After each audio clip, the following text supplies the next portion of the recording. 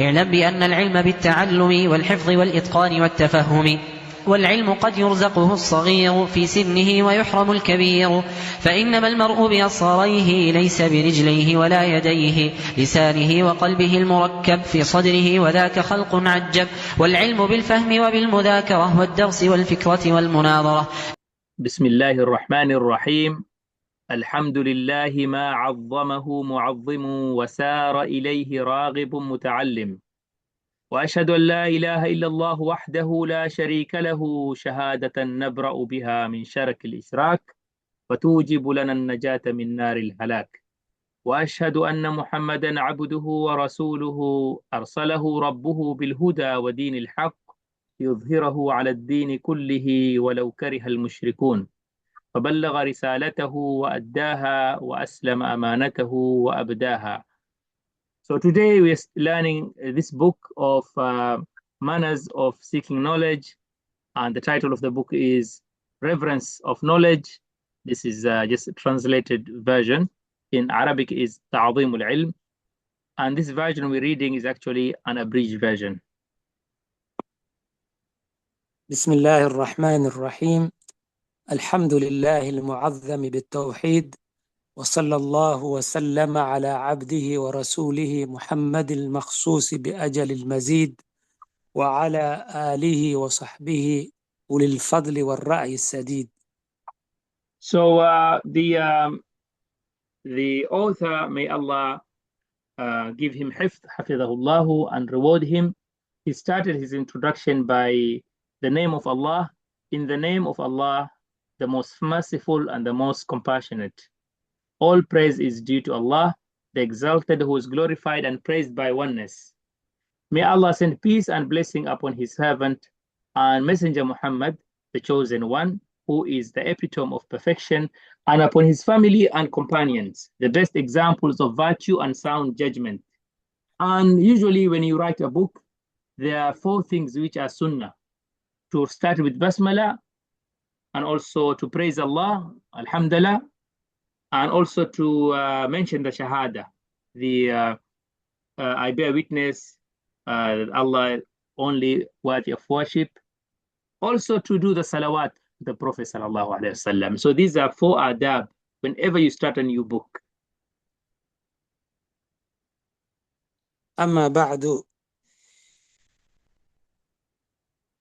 أما بعد فهذه من كتاب تعظيم العلم، خلاصة اللفظ، أعدت بالتقاطها لمقصد الحفظ، فاستخرج منه للمنفعة المذكورة اللباب، وجعل فيه الأنمذج من كل باب ليكون في نفوس الطلبة شمس النهار، ويترشحوا بعده إلى العمل والادكار. فأسأل الله لي ولهم لزوم معاقد التعظيم والفوز بجوامع فضله العظيم.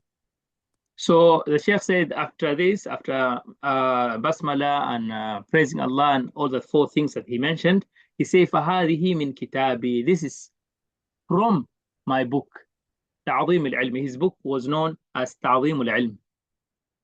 It's known as تعظيم العلم. He said, خلاصة اللفظ, this is a summary from that book.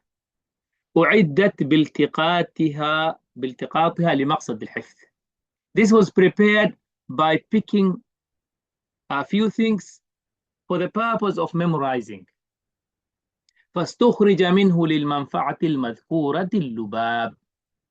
Because of that benefit that I just mentioned, to benefit in memorizing it, al-lubab means the core of something. So I've removed the core from the main book and put it here so that you can easily memorize, and I left the rest. And he said, وَجُعِلَ فِيهِ الْأُنْمُوذَجُ مِنْ كُلِّ بَابٍ. It will be like the model. In every chapter he's going to talk about something, about a manner of knowledge seeker. But then from each chapter, he's taken the core of it and the model example. Why did he do that? He said, لِيَكُونَ فِي نُفُوسِ الطَّلَبَةِ شَمْسَ النَّهَارِ. So that this book will be in the hearts or in the nafs, the self of the students. This will become like the sun of the day. It means it's bright. It can guide them. And he said, وَيَتَرَشَّحُ بَعْدَهُ لِلْعَمَلِ وَالِادِّكَارِ. After this becomes like the sunlight, showing them the way, so that they can be qualified after that to do the implementation. لِلْعَمَلِ وَالِادِّكَارِ, and also to remember, because it's a abridged version, it's a summary, so it's easy to remember and easy to implement. And then the Sheikh, we always have to rely on Allah. So the Sheikh says, فَأَسْأَلُ اللَّهَ لِي وَلَهُمْ لُزُومَ مَعَاقِدِ التَّعْظِيمِ. I'm asking Allah for myself and for them, for my students, to actually luzum is to be, and to always do it. Ma'aqid al-ta'zim. These ma'aqid means these points that we're going to follow. There are 20 things. He called it ma'qad. Ma'qad is something that you tie a knot. So tying a knot, so it means it's something that you're going to be attached to it. So to be attached to these things that are part of reverence of knowledge, glorifying the knowledge and respecting the knowledge. So he's asking Allah for himself and for the students to be among those who will implement these ma'aqid, these 20 ma'aqid of respecting knowledge. So if we do these 20 things we're going to learn in this book, we will actually doing something to respect and glorify knowledge. And then he said, وَالْفَوْزَ, and being successful. بِجَوَامِعِ فَضْلِهِ, to be successful in earning Allah's virtue, ability to achieve success through his immense grace.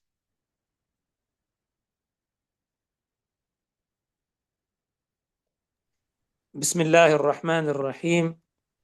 الحمد لله، وأشهد أن لا إله إلا الله، وأشهد أن محمدا عبده ورسوله صلى الله عليه وسلم وعلى آله وصحبه عدد من تعلم وعلم. أما بعد، فإن حظ العبد من العلم موقوف على حظ قلبه من تعظيمه وإجلاله، فمن امتلأ قلبه بتعظيم العلم وإجلاله صلح أن يكون محلا له، وبقدر نقصان هيبة العلم في القلب ينقص حظ العبد منه حتى يكون من القلوب قلب ليس فيه شيء من العلم. Okay, the Sheikh started again with Basmala because the previous introduction was only about why he wrote this abridged version. Now this is an introduction to the abridged version. So he praised Allah and he did the Shahada, and after that he says, أما بعد فإن حظ العبد, the amount, فإن حظ العبد من العلم, the portion of knowledge, your share of knowledge of a servant depends on the portion his heart has in glorifying and reverence of knowledge. So if someone's heart glorifies knowledge a lot, then he will get a bigger share of knowledge. تعظيمه وإجلاله. تعظيم is to glorify or to is reverence. They are very similar meaning, but reverence I think is much better. وإجلاله is also has similar meaning. So فمن امتلأ قلبه بتعظيم العلم وإجلاله, whoever his heart is full of respecting knowledge and glorifying it, صلح أن يكون محلا له, his heart is qualified to be the container of knowledge. وبقدر نقصان هيبة العلم في القلب, and the level to which the glorification of knowledge is decreased in the heart, ينقص حظ العبد منه, the portion of knowledge, the share of knowledge will be decreased. So if the heart doesn't respect knowledge or doesn't glorify it, then the share of knowledge will also decrease. حتى يكون من القلوب قلب ليس فيه شيء من العلم. It reaches a level that there could be a heart that doesn't have any knowledge in it. And let's remember as well, knowledge and information is not the same thing. If someone knows a lot about a particular Islamic subject, but doesn't implement it, that is not considered knowledge.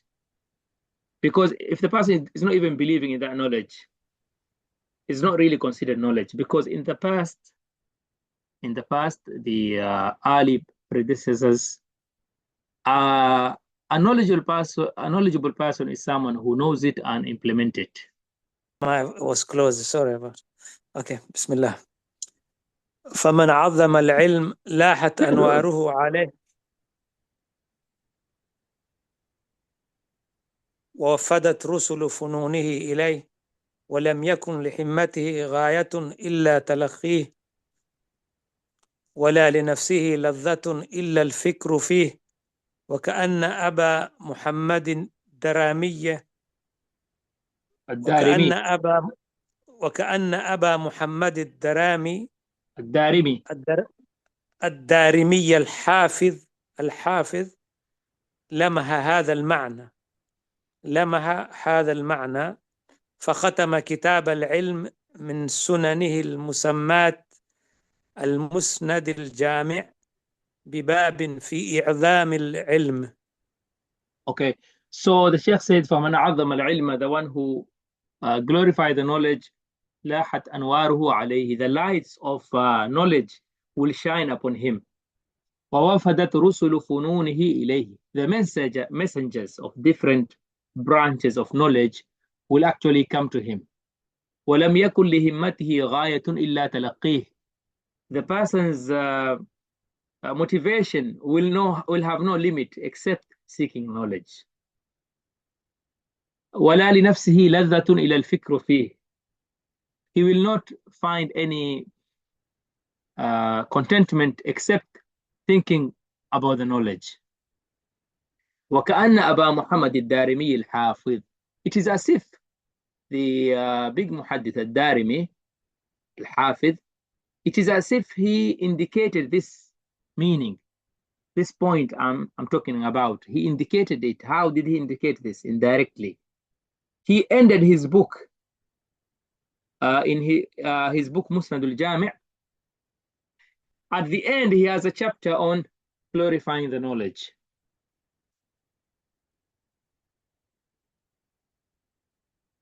تفضل. نعم.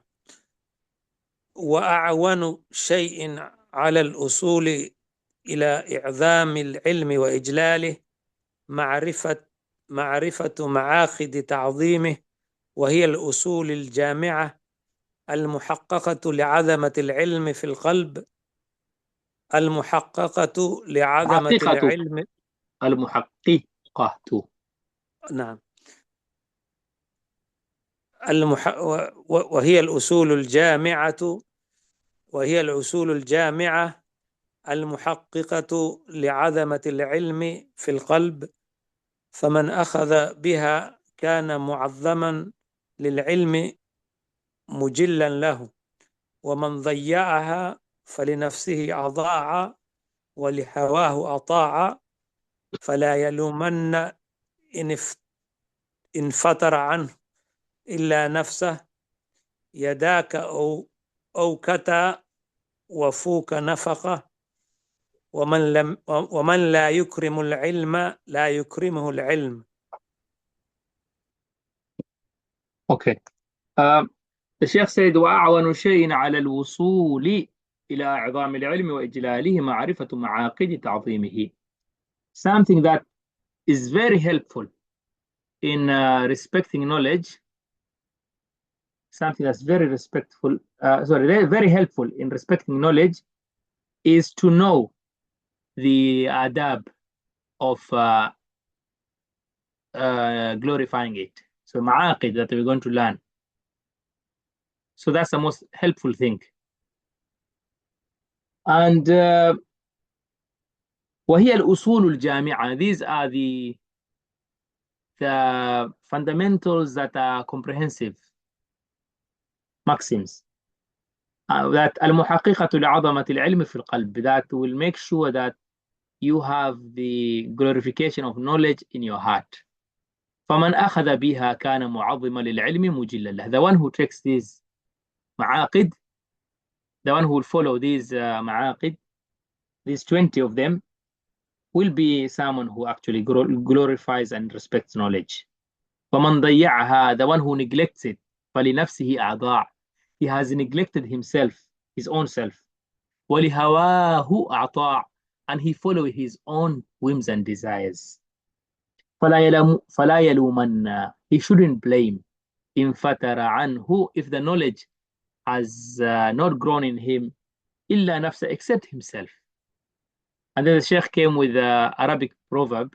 It's called يداك أوكتا وفوك نفخ. Is an Arabic proverb. It's told to someone who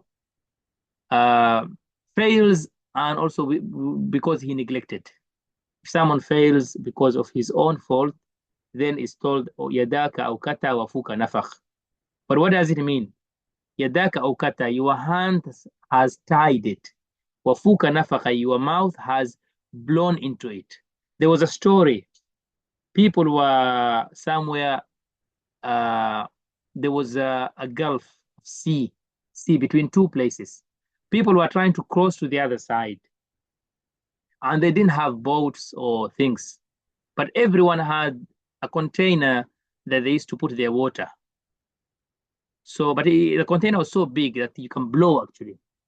I don't know, maybe it's made of something that you can blow. So people blew their own containers for drinks, and then tied it with a string, and then they floated, using them to go to the other side. But there was one person who didn't blow enough air in it, and then he was drowned. And then he was shouting, help me, help me.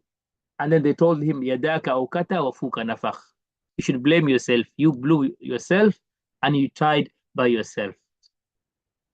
And ومن لا يكرم العلم لا يكرمه العلم. The one who doesn't respect knowledge, the knowledge doesn't respect him.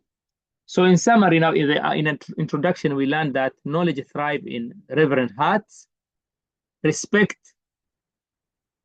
determines the heart's share, and reverence as a key to understanding, and insincerity hinders attainment. Now we're gonna talk about the first ma'aqid, but let's quickly log out, log in, because this only allows 40 minutes. So I'll just log out and you log in back, yeah? نعم أوكي شيخ. تفضل شيخ. نعم.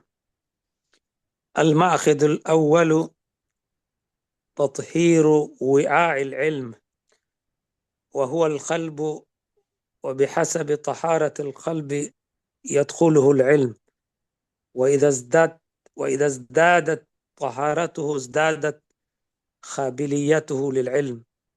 فمن أراد حيازة العلم فليزين باطنه ويطهر قلبه من نجاسته، فالعلم جوهر لطيف لا يسله إلا للقلب النظيف. Okay, and so the first ma'aqid, now we are talking about the first point now out of these 20 things. And as we said, we need to memorize just the headline or one dalil, with one dalil. So تطهير وعاء العلم, cleansing the container of knowledge, because we are going to put our knowledge in our hearts.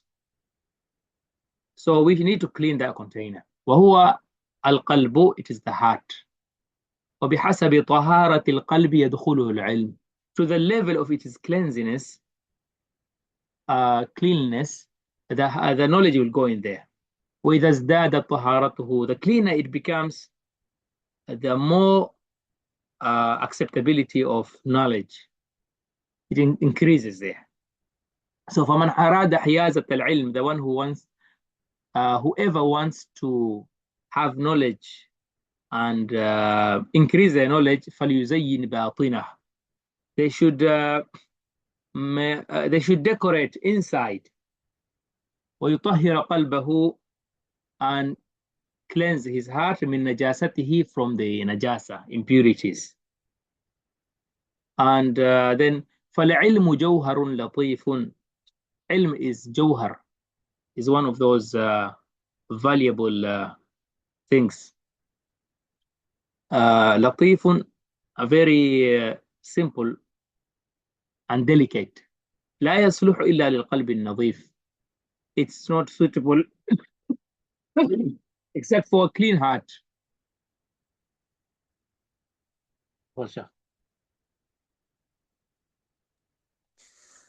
وطهارة القلب أصلين، أحدهما طهارته من نجاسة الشبهات، والآخر طهارته من نجاسة الشهوات. وإذا كنت تستحي من نظر مخلوق مثلك إلى وسخ ثوبك، فاستحي من نظر الله إلى قلبك، وفيه إحن وبلايا وذنوب وخطايا. ففي صحيح مسلم عن أبي هريرة رضي الله عنه أن النبي صلى الله عليه وسلم قال: إن الله لا ينظر إلى صوركم وأموالكم ولكن ينظر إلى قلوبكم وأعمالكم. Okay, وطهارة القلب ترجع إلى أصلين عظيمين. The cleanliness of the heart goes back to two main things.